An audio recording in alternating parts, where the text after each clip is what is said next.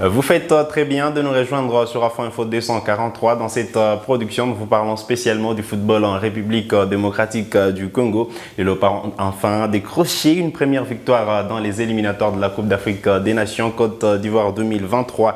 Hier vendredi 24 mars au stade TP Mazembe, les Congolais se sont imposés sur la note de 3-1 devant les Morabitoun de la Mauritanie. Tout de suite, les débriefs de cette rencontre.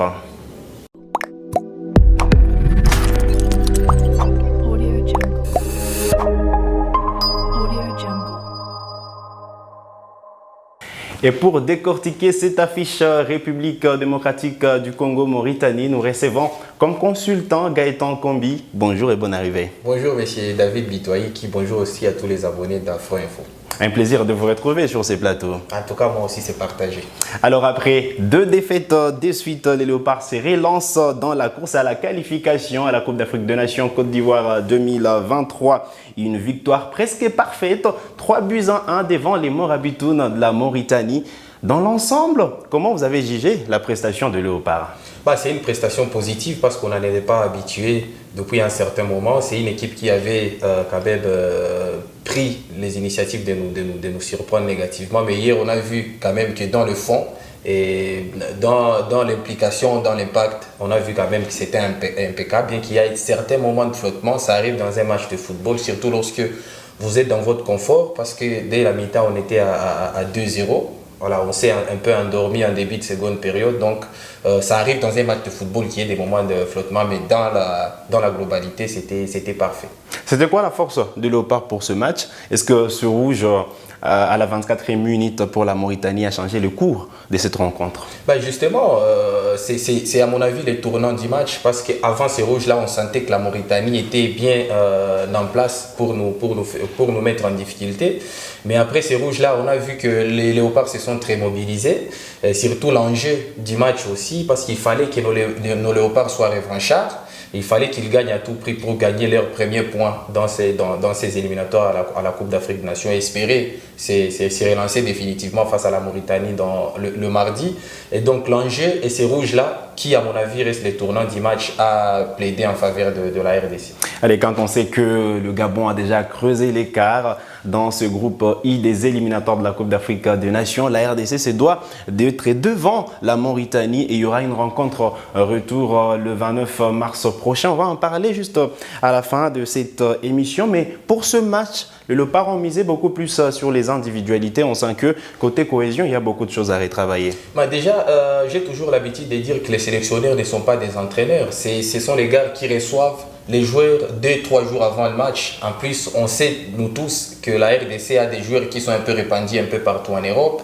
Il y en a aussi en Asie, il y en a d'autres qui viennent de l'Afrique. Donc, trouver les automatismes si facilement comme ça, c'est très compliqué. Surtout qu'Hector Cooper, c'est quand même son 3e match avec la Sébastien Desabre. Disons, Sébastien Desabre, c'est son 3e match avec son premier, un match officiel. Officiellement. Donc, c'est très difficile de trouver les automatismes si facilement. Et donc, nécessairement, il fallait miser sur les grosses individualités qu'il y a dans la tanière. Et donc, c'est ce qui a été fait hier.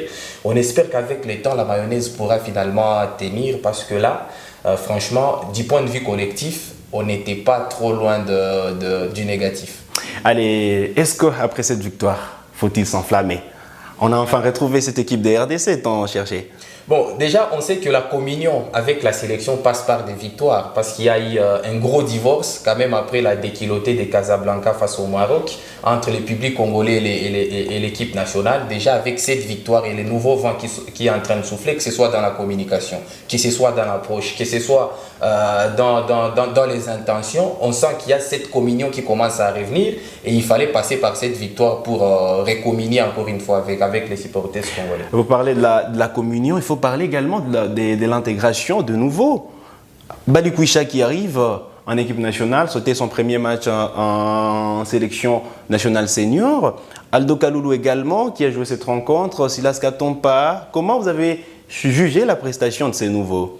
Bah déjà, l'intégration a été réussie parce que jouer pour la première fois dans un climat compliqué quand même de Kamalondo pour des joueurs qui sont habitués à jouer dans un climat tout autant différent en Europe, surtout sur la pelouse synthétique, et s'imposer, par exemple comme Aldo Kaloulou qui a fait une très belle entrée.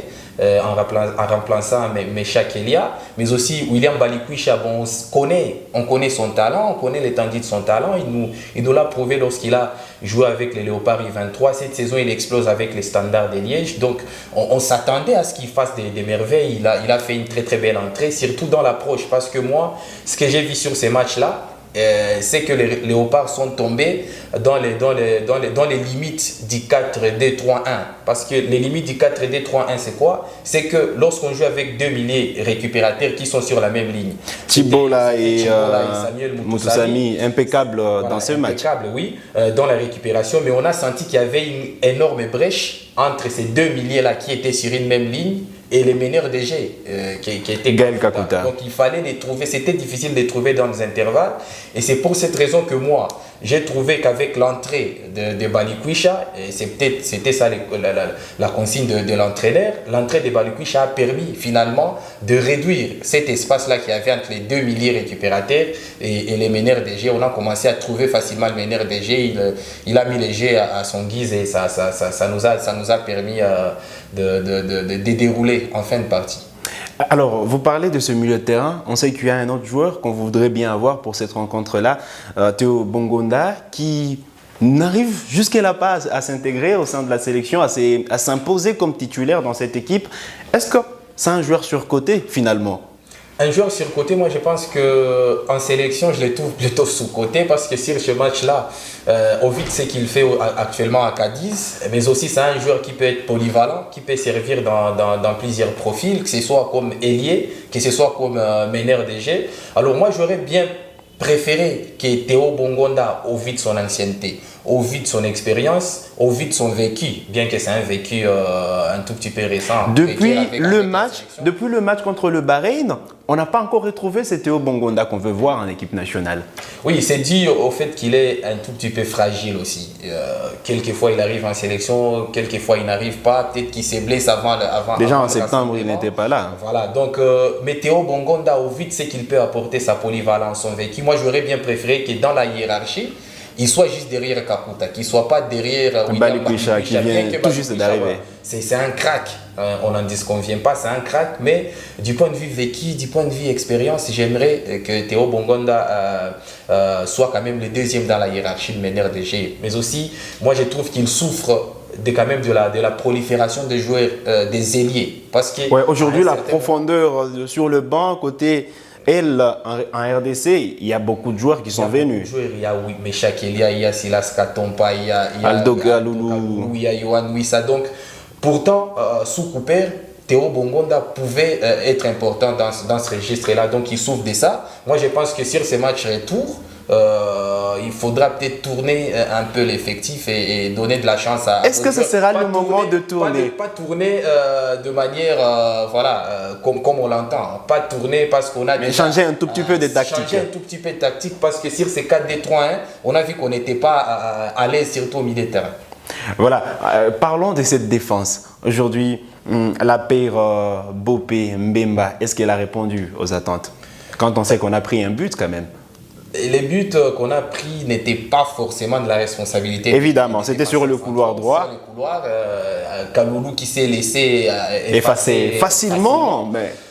Mais on a vu quand même quelques errements défensifs de la part des Merveilles Bopé notamment. Parce que c'est très compliqué aujourd'hui de s'adapter à Mbemba d'aujourd'hui avec tout ce qui lui a été inculqué par Igor Tudor à Marseille. Il est devenu presque un ailier droit. Mbemba qui est resté beaucoup plus défensif. Voilà, il n'a pas trop osé dans ce match. On a senti qu'il avait un petit penchant vers les côtés droits et du coup il fallait gérer. Il fallait qu'il ait quelqu'un aux côtés de lui qui soit capable de colmater toutes ces brèches qu'il laissera. Donc moi je pense que Mbemba aujourd'hui nous a montré qu'il est beaucoup plus à l'aise dans un système à 3 défenseurs.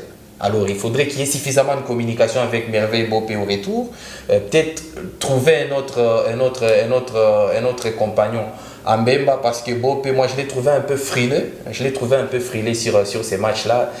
Donc il faudra de la communication et trouver la personne compatible au nouveau profil de Chancel Mbemba. Alors, parlons des tops et des flops pour cette rencontre-là.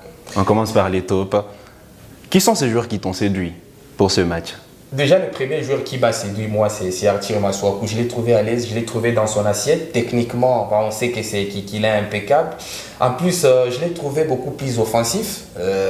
On a tendance à dire, et c'est ce que le remarque depuis qu'il est en sélection, qu'il n'est pas allé sur les pelouses africaines. Mais hier, ce qu'on a vu, c'est un autre Arthur Masuaku. Peut-être que son départ vers la Turquie l'a changé. Mais en tout cas, ne parlant que des tops, moi je pense que c'est mon meilleur joueur sur la partie. Bien que je peux mettre aussi un billet sur Cédric Bakambu qui aurait pu marquer un triplé parce que je l'ai trouvé dans sa promptitude, sa spontanéité. Il s'est buté sur un bon gardien mauritanien. C'est un très bon gardien. Sa spontanéité, notamment dans ses jets de tête, où il est tombé sur les mains impeccables de Babacar Niasse. Et donc, à mon avis, les deux... Moutoussamy au milieu de terrain. Très bon dans la récupération, mais moi, comme je l'ai dit... Dans la relance, il y avait trop de déchets. Comme moi, je l'ai dit, moi, je pense que Moutoussamy a été victime du schéma, parce que normalement, c'est un milieu relayeur. Mais comme il a été sur la même ligne qu'Aaron Chibola, il a été beaucoup plus dans la récupération, il ne servait presque à rien dans la relance. Et donc, moi, j'aurais bien voulu le voir comme relayeur plutôt que comme récupérateur. Alors, le flop? Soso. Coco Amale, Soso. Le problème, c'est ce que j'ai dit, ça se sent. Les joueurs qui viennent des académies, les académiciens, les joueurs qui ont progressé par un bon, des autodidactes. Ça se voit. Voilà, des autodidactes, ça se voit sur notamment le dernier geste. Le dernier geste, parce que c'est quelqu'un qui est énormément généreux. Énormément généreux, que ce soit dans le duel. Il sert l'équipe de par sa grinta, son abnégation, il ne lâche rien. Mais on sent que sur les derniers gestes et sur son déplacement, on sent que c'est compliqué. Et moi, je pense que c'est à ce niveau-là qu'il doit s'améliorer. Sinon, je commence à être nostalgique d'Aldo Kaloulou, par exemple. Disons de Gédéon Kaloulou qui s'est blessé malheureusement. Qui est très intelligent. Mais sur les bancs, il y a Jordan Ikoko. Ikoko aussi,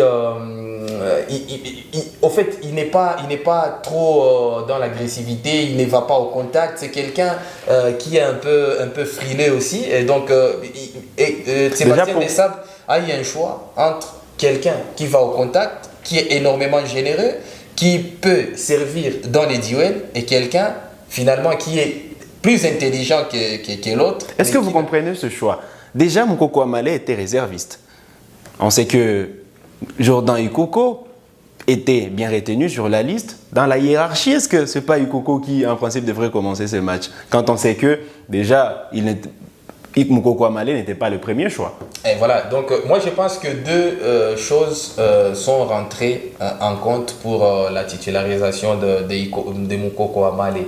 Un, son vécu récent en sélection. Sous des sables, c'était peut-être l'un des 2-3 meilleurs joueurs de la sélection sous des sables, parce qu'il faisait l'unanimité sur son côté droit. Après, le climat, la zone, Lubumbashi, il fallait trouver quelqu'un qui connaît bien les stades Kamalondo par exemple, qui connaît bien l'environnement du football congolais, qui connaît bien aussi, qui maîtrise bien la pression des supporters du TP Mazembe.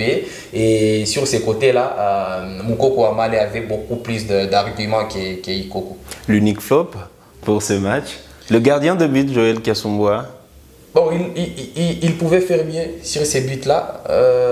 Oui, parce que je m'attendais à ce qu'il fasse quand même un bon match, parce que lui aussi, son choix a été déterminé par son vécu en sélection, son expérience. Ouais. On dit souvent que sur ces genres de matchs, des matchs avec une énorme pression, des matchs où on se doit de gagner, des matchs aussi où il y a un gros public dans les gradins, il faut toujours miser sur des gardiens expérimentés, peu importe leur temps de jeu. Disons, peu importe les rations en club, et c'est ce qui a été fait par Sébastien Desabre, parce qu'il n'allait pas tout démolir, Il fallait qu'il crée une symbiose entre les anciens et les nouveaux. Et c'est ce qui a desservi Lionel Passy, qui fait quand même une très bonne saison. Il faut dire quand même qu'il revient d'une blessure, Lionel Passy. Il revient d'une blessure, mais il a fait un bon match juste à son retour à Rodez. Donc il était en forme. Moi, je pense que un seul match où il a été impeccable. Il a fait 6 arrêts décisifs. Donc moi, je pense que c'est l'argument de l'expérience, du vécu, de la gestion de la pression qui a prévalu pour le choix de Joël Kersumba plutôt que Lionel Passy. Alors, le 29 mars prochain à Nouakchott, les Léopards vont jouer le match de la 4e journée de ces éliminatoires de la Coupe d'Afrique des Nations. Ce sera encore contre la Mauritanie, un match qui va se jouer à 22h temps universel. Est-ce que cette heure est favorable pour la RDC? Bon, déjà, l'équipe nationale de la RDC... Composée à majorité des binationaux. Des binationaux, des grands professionnels qui sont capables de s'adapter. Parce qu'on dit aujourd'hui, pour être professionnel dans le monde du football, si tu joues sur les hauts niveaux, il faut savoir t'adapter à n'importe quel contexte. Et là, ce sera un contexte un peu différent. Différent pour nous, mais aussi pour les Mauritaniens, parce qu'il faudra s'adapter au contexte du Ramadan. Et donc, avec tout le joueur dont on dispose actuellement, moi je pense qu'on a suffisamment de arguments. On ne peut pas se servir de ces heures-là pour prouver que nous pouvons perdre. Non, on n'a aucune excuse. En ce moment, il faudra bien se reposer, il faudra s'adapter. Peut-être qu'il faudra faire très tôt le déplacement vers la Mauritanie pour commencer à se conformer à cet horaire-là, commencer à s'entraîner à ces heures-là et être au point ces jours-là. Moi, je pense que ce ne sera pas un argument qui peut faire à ce que la RDC perde. Déjà, vous parlez du voyage. On sait que le Morabitoun ont quitté déjà Lubumbashi dans la soirée, selon la direction de communication de la Fédération mauritanienne de football. On attend la communication de la FECOFA sur le voyage de Léopard. Et voilà, qu'est-ce qu'il faut retravailler pour ce match? Parce que c'est un match qu'il ne faut pas perdre si on veut rester en vie dans ces éliminatoires. Déjà, il faudra que défensivement, on soit costaud. Il faudra que défensivement, on soit costaud, pas des légèretés. Parce qu'aujourd'hui, on reproche à Merveille Beau Pays une chose, même au standard des liens, c'est ses relances un peu risquées. On a vu hier qu'il en a fait deux qui ont failli nous coûter quelques buts. Et donc, moi, je pense qu'il faudra être sérieux, surtout dans l'impact, dans l'implication, dans le duel. Il faudra être sérieux, il faudra être concentré du début à la fin, mais aussi il faudra que nos individualités ressortent encore une fois. Parce que hier, Yohan Wissa n'a pas été au top de sa forme. Moi, je l'attends au match retour. Heureusement, nous avons énormément de joueurs de profondeur parce que moi, je pense qu'au match retour, on va subir. On va subir les jets. Les Mauritaniens... Donc, facilement, il faut commencer avec Wissa et Katompa sur le couloir. Wissa et Katompa, mais Meshak aussi n'est pas mauvais. Au vu de sa fulgurance, il sait manger. Meshak qui s'est blessé, malheureusement, on ne sait pas. Sébastien Dessab s'est voulu un peu rassurant sur son cas. Donc moi, je pense qu'on a énormément d'ailiers qui peuvent nous servir sur ces matchs-là, de par les rapidités, de par les fulgurances sur les côtés. Ce sont des joueurs de contre. Wissa à Brentford, c'est un joueur de contre. Meshak, il nous a prouvé qu'il était aussi parfait dans cette configuration-là. Bakambu, c'est son profil préférentiel, c'est un joueur de profondeur. Donc moi, je pense qu'il faudra d'abord, a priori, être costaud défensivement, mais aussi miser sur la rapidité de nos joueurs. Allez, miser sur la rapidité de nos joueurs et aller chercher cette victoire à Nouakchott contre le Morabitoun et avoir 8 points. Logiquement, le Léopard pourrait passer devant la Mauritanie et la relance serait bien faite. Devant la Mauritanie et devant le Soudan, peut-être, parce que moi, je ne vois pas le Soudan battre si facilement les Gabon. Donc, cette victoire sera déterminante, quoi qu'il en soit, pour se relancer, parce que derrière, il y aura un déplacement au Gabon. Et donc, il faudra au moins jouer le dernier match en étant en vie dans ces groupes-là. Allez, c'est sur cette note que nous arrivons au terme de cette production sur Afro Info 243. Merci Gaëtan d'être passé. Merci M. David Bitoyi, qui merci aussi à tous les abonnés d'Afro Info. Allez, on espère que vous allez revenir encore une fois. On va reparler sport sur Afro Info 243. Alors, vous êtes nouveau à la chaîne, cliquez sur s'abonner, activez la cloche des notifications pour ne manquer aucune de nos prochaines publications. Likez cette vidéo s'il vous a plu et merci de nous avoir suivis. Salut.